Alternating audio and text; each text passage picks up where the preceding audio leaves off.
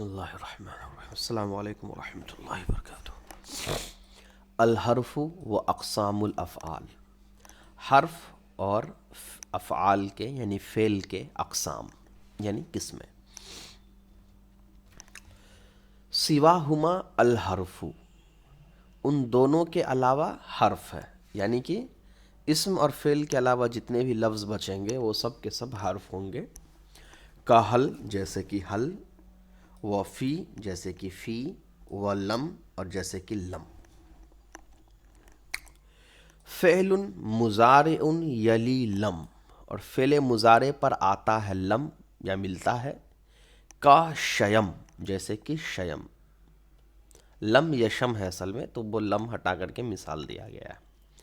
و ماضی الافعالی، اور فعل کے جو ماضی کے جو افعال ہوتے ہیں، بالتا، اس کے اندر تا ہوتا ہے۔ مز مانے ملا ہونا، اور سم مانے ہوتا ہے ملا۔ مز مانے ملانا یا ممیز تمیز کر کے الگ کر دینا، اور سم کے معنی ہوتا ہے جوڑ دینا۔ وسم بن نونی، اور جوڑ دو نون کے ذریعے سے، فعل الامری، امر کے فعل کو، ان امر فہیما، کب؟ جب امر معلوم کیا جائے، یعنی امر معلوم چل جائے۔ یہ لفظی ترجمہ تھا پورا فعل کا، اب تھوڑا سا اس کو سمجھ لیجئے۔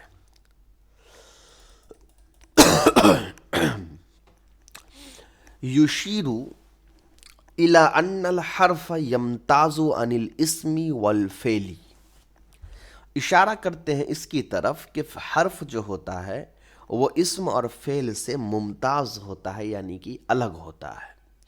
بخلوہ عن علامات الاسماء و علامات الافعال، اور کیسے الگ ہوتا ہے؟ اس کا خالی ہونا، یعنی حرف کا خالی ہونا، علامات اسم یعنی اسم کی علامات، و علامات الافعال اور فعل کی علامتوں سے۔ ثم پھر بیان کرتے ہیں، مثلا یعنی مثال دیتے ہیں، حل، فی، لم، ان تینوں حرف کے بارے میں، منبہن تنبیہ کرتے ہوئے، الا اس بات پر کہ ان الحرف ینقسم الی قسمین، کہ حرف جو ہوتا ہے وہ دو قسموں میں تقسیم ہوتا ہے۔ ایک ہوتا ہے مختصن، اور دوسرا ہوتا ہے غیر مختصن۔ تو مختصن بھی پڑھ سکتے ہیں، مختصن بھی پڑھ سکتے ہیں، وہ آپ کے اوپر ہے۔ مختصن پڑھیں گے تو ہم یہ مان کے چلیں گے کہ قسمین کی تشریح ہے، تو قسمین پر الا حرف جر کی وجہ سے زیر ہے اسی لیے، اور مختصن پڑھیں گے تو یہ الگ جملہ بن جائے گا، ہوا مختصن و غیر مختصن، اس طرح سے مبتدا چھپا کر کے۔ تو مختصن یا مختصن، غیر مختصن او غیر مختصن۔ تو حرف دو قسموں میں تقسیم ہوتا ہے، ایک مختص اور ایک غیر مختص، یا اس کو میں اگر اردو آسان کہوں تو ایک خاص اور ایک غیر خاص۔ فَأَشَارَ بِحَلْ إِلَى غَيْرِ الْمُخْتَصِّ، تو حل کے ذریعے سے اشارہ کیا غیر مختص کی طرف۔ وَهُوَ الَّذِي يَدْخُلُ عَلَى الْأَسْمَاءِ وَالْأَفْعَالِ، اور یہ وہ حل ہے جو داخل ہوتا ہے اسماء کے اوپر بھی اور افعال کے اوپر بھی۔ نحو مثال کے طور پہ، حل زید قائم، کیا زید کھڑا ہے؟ وحل قام زید، کیا زید کھڑا ہوا؟ اللہ اکبر کبیرہ۔ اچھا چلیے، یہ تو لفظی ترجمہ ہو گیا۔ اب ذرا اس کی تشریح سمجھ لیجئے۔ یہاں سے فعل کے بارے میں بتا رہے ہیں، حرف کے بارے میں بتا رہے ہیں کہ اسم اور فعل کے علاوہ جتنے بھی لفظ ہوں گے وہ سارے کے سارے حرف ہوں گے، اور یہ بات بالکل مسلم ہے، ہم سب جانتے بھی ہیں کہ پوری عربی زبان تین چیزوں سے مل کر کے بنتی ہے، اسم، فعل اور حرف۔ تو اسم کے بارے میں ہم پڑھ چکے، فعل کے بارے میں بھی پڑھ چکے۔ اب کوئی ایسا لفظ ہے جو نہ اسم ہے نہ فعل ہے، تو ظاہر سی بات ہے وہ حرف ہے، اسی لیے سواہما اس طرح سے انہوں نے کہا۔ اس کے بعد یہ بتایا کہ دیکھیے حرف جو ہوتا ہے وہ دو طرح کے ہوتے ہیں، ایک ہوتا ہے خاص حرف اور ایک ہوتا ہے غیر خاص یعنی عام حرف۔ اب عام اور خاص حرف کیا ہوتا ہے ذرا اس کو سمجھ لیجیے. عربی میں کچھ ایسے حرف ہوتے ہیں جو صرف اسم کے اوپر آتے ہیں جیسے کہ حرف جر ہے، اور کچھ حرف ایسے ہوتے ہیں جو صرف فعل کے اوپر آتے ہیں جیسے کہ لم ہے، لن ہے، لام امر ہے، لام نہیں ہے. لیکن تو یہ سارے کیا ہو گئے؟ یہ خاص حرف ہو گئے، اس لیے کہ یہ کسی نہ کسی کے ساتھ خاص ہو گئے، یا تو حرف اسم کے ساتھ یا پھر فعل کے ساتھ. لیکن اس کے علاوہ غیر خاص یعنی کہ عام حرف بھی آتا ہے جو اسم پہ بھی آ سکتا ہے، فعل پہ بھی آ سکتا ہے. تو یہاں پہلے اسی کی مثال دی گئی ہے کہ حل زید قائم میں کیا ہوا؟ حل کس پر آیا؟ زید قائم جملہ اسمیہ یعنی کہ اسم کے اوپر. وحل قام زید، قام زید میں قامہ کیا ہے؟ فعل ہے، اور حل کس پر آیا؟ فعل پر یعنی جملہ فعلیہ پر. تو پتہ چلا کہ حل جو ہے وہ اسم اور فعل کے ساتھ خاص نہیں ہے بلکہ دونوں کے اوپر آ جاتا ہے. بات سمجھ میں آ گئی ہوگی یہاں تک آپ کو انشاءاللہ. پھر آگے چلیے.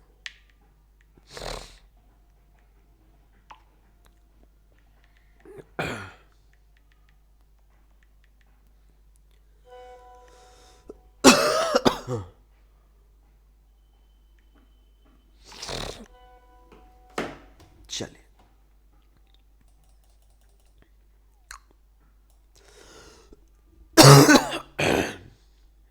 اب آگے دیکھیں. وَأَشَارَ بی فی و لم، اور فی اور لم حرف کے ذریعے سے اشارہ کیا گیا الی المختص، خاص کی طرف. کیسے؟ ہم جان رہے ہیں کہ فی حرف جر ہے، صرف اسم پہ آتا ہے، اور لم حروف جازمہ ہے، صرف فعل پہ آتا ہے.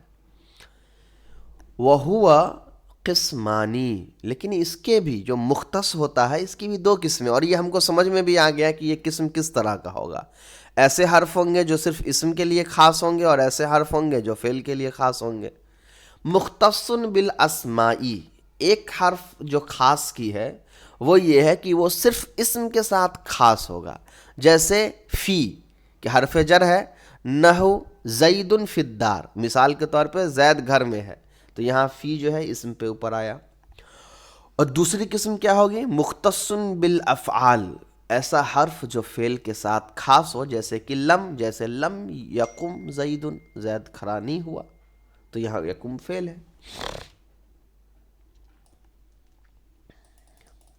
الحرف، حرف کی دو قسمیں ہو گئی، مختص غیر مختص.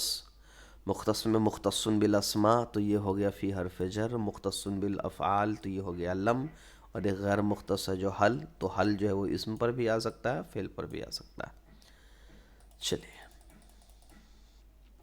ثم شرع فی تبیینی، اس کے بعد شروع کیا بیان کرنے میں کہ ان الفعل ینقسم الی ماض و مضارع و امر، کہ فعل جو ہوتا ہے وہ تین قسموں میں تقسیم ہوتا ہے، ایک ماضی ہے، دوسرا مضارع ہے، تیسرا امر ہے. اب بعض نحو کی کتابوں میں، صرف کی کتابوں میں آپ کو یہ ملے گا کہ فعل دو قسم کا ہے، ماضی اور مضارع، اور امر اور نہی کو مضارع کا ہی حصہ مانا جاتا ہے. بعض صرف کی کتاب میں آپ کو ملے گا کہ فعل مضارع جو ہوتا ہے وہ یہ جو فعل ہے وہ تین ہے، ماضی، مضارع اور امر، اور نہی کو فعل امر کا حصہ مانا جاتا ہے. اور بعض کتابوں میں آپ کو ملے گا کہ فعل کی چار قسمیں ہیں، ماضی، مضارع، امر، نہی، جہاں امر اور نہی دونوں کو الگ الگ کر دیا جاتا ہے. لیکن ان تمام چیزوں میں کیا ہے کہ آپ کو پریشان ہونے کی ضرورت بالکل بھی نہیں ہے، اس لیے کہ فرق نہیں پڑے گا کہ قسمیں کتنی بھی ہو، معلوم تو ہے کہ یہ چار قسم کے فعل ہیں. اب دیکھیے، فجعل علامت المضارع صحت دخولی لم علیہ، پھر بنا دیا فعل مضارع کی علامت کو لم کا اس کے اوپر داخل ہونے کو صحیح بنا دینا. قَقَوْلِهِ یشم کی اصل میں تھا وہ لم یشم. میں سمجھاتا ہوں کیا مطلب اس کا، صرف ترجمہ دیکھ لیجئے. وفی یضرب لم یضرب، فی یضرب لم یضرب. وَإِلَيْهِ، اب آپ یہ کہ یضرب پہ فی حرف جر کیسے لگ گیا؟ حرف جر تو اسم پہ آتا ہے، تو وہاں وہ اس طرح نہیں لکھا ہوا ہے، وہاں مثال کے طور پہ لکھا ہوا ہے کہ جیسے یجرب والے مثال میں لم یضرب ایسے، تو وہ فی کے بعد اس کو بریکٹ کر دیجئے دیں گے تو آپ کو سمجھنے میں آسانی ہو جائے گی۔ وَإِلَيْهِ أَشَارَ بِقَوْلِهِ، اور اسی کی طرف اس بات سے بھی اشارہ کیا گیا کہ فعل مضارع یلی لم، کہ فعل مضارع پر لم آتا ہے۔ یہ لفظی ترجمہ ہو گیا، آپ سمجھ لیجئے تشریح۔ چلیے تشریح دیکھیے، اب یہاں پر یہ سمجھا رہے ہیں کہ فعل جو ہوتا ہے وہ تقسیم ہوا، مان لیجیے تین ہی میں، ماضی، مضارع، امر۔ اس کے بعد مضارع کی علامت یہ بتائی گئی کہ اس پر لم آتا ہے، اور یہ ہم سب جانتے ہیں کہ لم جو ہوتا ہے وہ صرف فعل مضارع پر ہی آتا ہے، اور لم آ کر کیا کرتا ہے، فعل مضارع کو منفی معنی میں، ماضی منفی معنی میں کر دیتا ہے، اور آخری حرف کو ساکن کر دیتا ہے، اور جہاں بھی نون اعرابی ہوتا ہے اس کو گرا دیا جاتا ہے۔ نون اعرابی کا مطلب تثنیہ اور جمع کے آخر میں جو الف نون اور یا نون لگتا ہے یا واو نون لگتا ہے اس کو کہا جاتا ہے۔ پتہ یہ چلا یہاں پر کہ فعل مضارع پر لم آتا ہے۔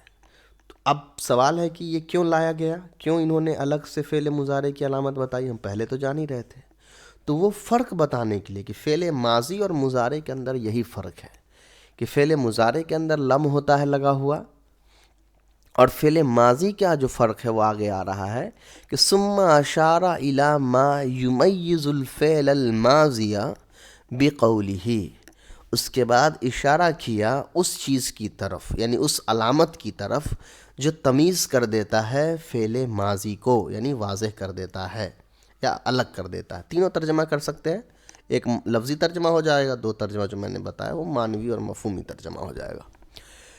بقولہ، جو شعر کا جو لفظ ہے وہ ماضی الافعال بالتامز، ای میز، یعنی مز سے، مز مطلب ہوتا ہے فرق واضح کرو، ای میز ماضی الافعال بالتا، یعنی اے مخاطب، یعنی کہ سامنے والے کہا جا رہا ہے کہ تم فعل ماضی کو الگ کر سکتے ہو، تمیز کر سکتے ہو، کیسے؟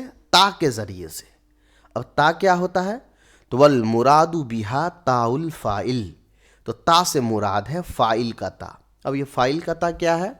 تو نصرتو، تو تا پیش تو جو ہے یہ کس کی تا ہے؟ فاعل کی تا ہے، یعنی وہ تا یہ بتا رہا ہوتا ہے کہ انا متکلم جو ہے میں فاعل ہوں، وہ مراد ہے۔ والتاء التانیث الساکنۃ، اور والتاء التانیث الساکنۃ، اور تائے تانیث ساکنہ، ساکنتو پہ پیش کیوں پڑھایا گیا؟ تا کی وجہ سے۔ اور ساکین کی جو تا ہے، ساکین کی تا سے مراد کیا ہو گیا؟ نصرت، مؤنث والی جو ہے۔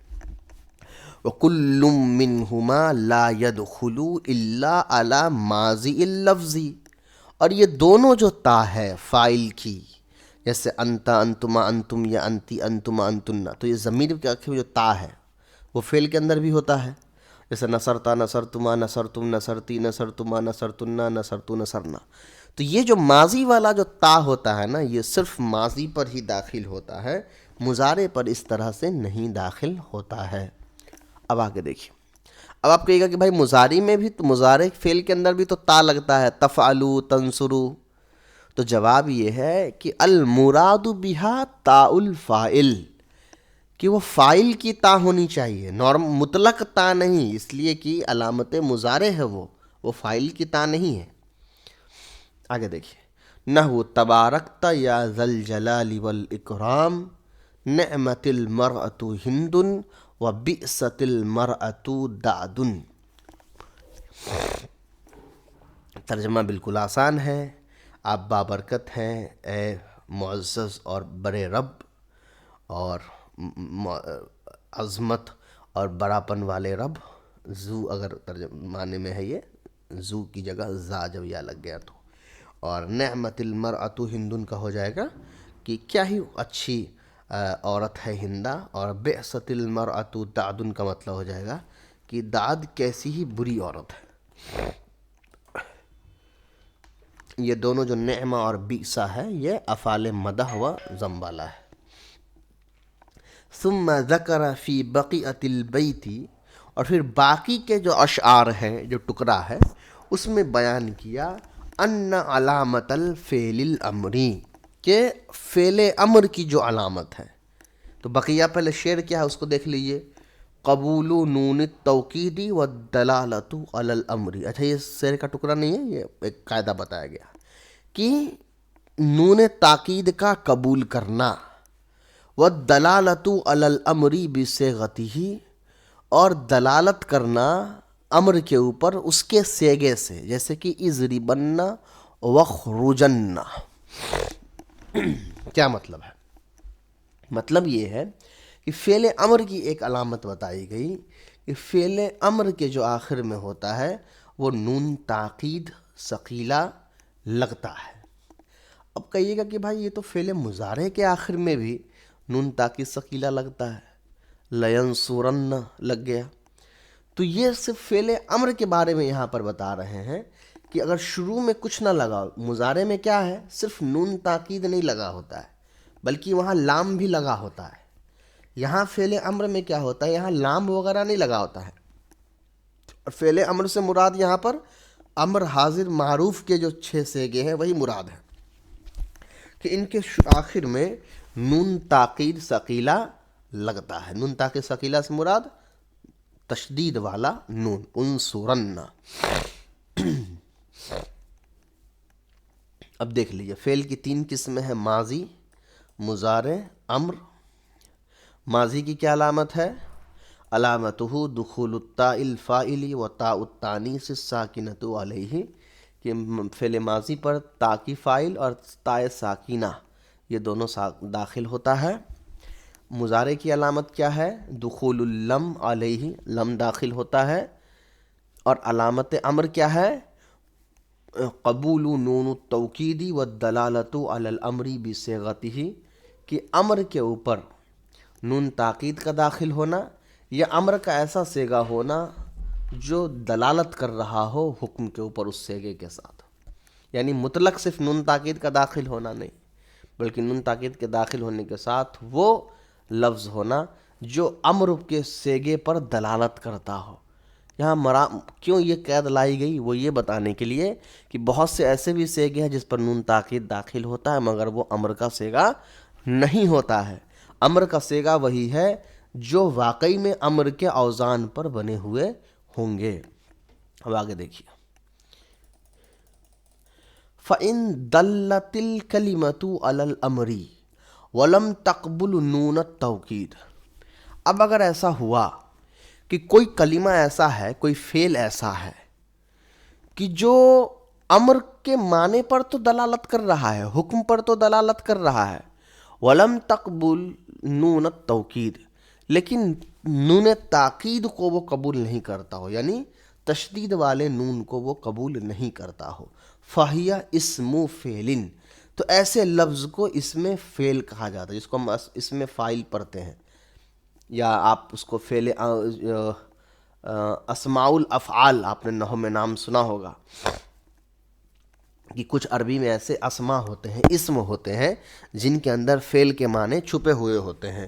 اور یہ 2 طرح کے اسم ہوتے ہیں. ایک ایسے اسم ہوتے ہیں جس کے اندر فعل ماضی کے معنی چھپے ہوئے ہوتے ہیں، اور ایک ایسے فعل ہوتے ہیں، اسم ہوتے ہیں جس کے اندر فعل امر حاضر معروف کے معنی چھپے ہوئے ہوتے ہیں. تو یہاں کہہ رہے ہیں کہ دیکھو صرف امر کا معنی ہونا مراد نہیں ہے، کیونکہ اس کے بہت سارے ایسے بھی فعل ہیں یا بہت سارے ایسے بھی اسم ہیں کہ جو فعل امر کے معنی تو دے رہے ہوتے ہیں مگر وہ فعل امر نہیں ہوتے ہیں اور اس پر نون تنوین داخل نہیں ہوتا ہے. تو شروع میں جو قید لگائی گئی کہ صرف نون تنوین داخل ہونا ضروری نہیں ہے بلکہ ساتھ میں یہ قید بھی لگانا ہے کہ وہ صیغہ امر بھی ہونا چاہیے. تو صیغہ امر ہونے کا مطلب صرف معنی نہیں بلکہ صیغہ امر کا جو وزن ہے وہ بھی. اب اس میں فعل جو ہے، جو فعل امر کے معنی میں ہوتا ہے، وہاں کیا ہوتا ہے؟ وہاں فعل امر کا معنی تو ہوتا ہے مگر صیغہ نہیں ہوتا ہے، وہ اوزان نہیں ہوتے ہیں، اس کا پورا کوئی باب، اس کا کوئی ماضی مضارع نہیں ہوتا ہے. کیا مطلب ہے ذرا اس کو سمجھیے. وَإِلَى ذَلِكَ أَشَارَ بِقَوْلِهِ، اور اسی قاعدے کی طرف اشارہ کیا گیا شعر کے اس ٹکڑے سے کہ وَالْأَمْرُ إِن لَمْ يَكُنْ لِلنُّونِ مَحَلْ فِيهِ وَهُوَ اسْمٌ نَحْوُ صَحْ وحی ہل. اب ایسا امر جس کے اندر نون کے لیے کوئی جگہ نہ ہو یا وہ نون کو قبول نہ کرتا ہو تو وہ پھر نون نہیں، وہ امر نہیں ہوگا بلکہ وہ اسم ہو جائے گا. جیسے سہ و حی حل، یہ دونوں جو لفظ ہے سہ اور حی حل، یہ امر کے معنی ضرور دے رہے ہیں لیکن یہ ہے اسم، یہ امر کی وجہ سے فعل نہیں ہے. فصح و حی حل کا آپ جو ہے تحقیق دیکھ لیجئے. اسمانی، یہ دونوں اسم ہے. وَإِن دَلَّ عَلَى الْأَمْرِ، اگرچہ یہ دونوں امر پر دلالت کرتے ہیں. لِعَدَمِ قُبُولِهِمَا نون التوکید، اور یہ دونوں اسم کیوں ہیں؟ اس لیے کہ یہ دونوں نون تاکید کو قبول نہیں کرتے ہیں. فَلَا تَقُولُوا سَحَنَّا، اسی لیے آپ سَحَنَّا نہیں کہہ سکتے ہیں نون تاکید لگا کے. وَلَا حَيَّ حَلَنَّا، اور اسی طریقے سے حَيَّ حَلَنَّا بھی نہیں کہہ سکتے ہیں. وَإِن كَانَتْ صح بمعنی اسکت، یہ الگ بات ہے کہ صح جو ہے وہ اسکت کے معنی میں ہے، یعنی فعل امر واحد مذکر حاضر، خاموش رہو، اس کے معنی میں ہے. وَحَيَّ حل جو ہے یہ اقبل کے معنی میں ہے، آگے بڑھو، اس کے معنی میں ہے. تو فعل امر کے معنی میں ضرور ہے مگر یہ فعل امر کے صیغے نہیں ہے، یہ فعل نہیں ہے. فَالْفَارِقُ، تو فرق کرنے والی جو چیز ہے بینہما، یعنی فعل امر اور اسماء امر کے اندر، وہ ہے قبول نون التوکیدی و عدمہ، نون توکید کا ہونا اور اس کا نہ ہونا. تو فعل امر کے اندر نون تاکید داخل ہوگا، پھر اسماء امر کے اندر نون تاکید داخل نہیں ہوگا. جیسے اسکتن، تو اسکتن فعل ہے تو نون تاکید قبول کر رہا ہے. اقبلن امر ہے، نون تاکید قبول کر رہا ہے.